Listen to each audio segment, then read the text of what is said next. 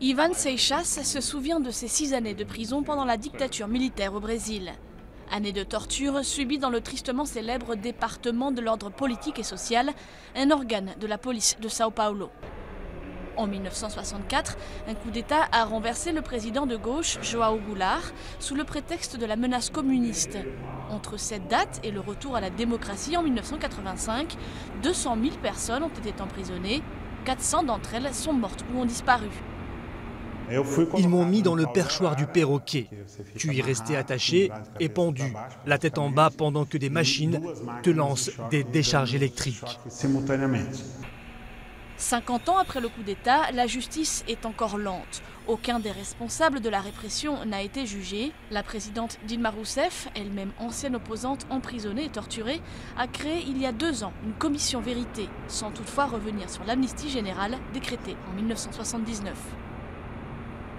Faire savoir que des gens sont morts, faire savoir que des gens ont été torturés, faire savoir que des gens ont disparu, l'effort de la commission vérité est gigantesque. C'est découvrir tout cela et cela demande un effort national pour faire la lumière sur ce qui, jusqu'à présent, a été occulté à la majorité des Brésiliens. Le Brésil a voulu avancer à grandes enjambées après le retour à la démocratie, mettant de côté le travail de mémoire. Mais depuis 1 an, un projet dans les cliniques de 4 villes tente d'y remédier. 400 personnes y ont déjà pris part.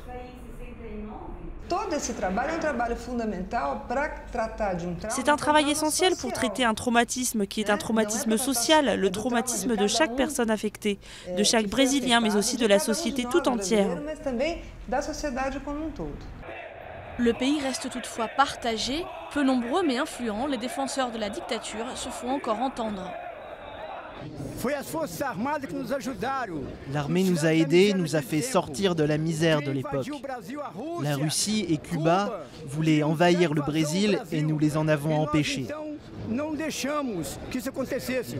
Ces manifestants demandent tout simplement le retour d'un gouvernement militaire.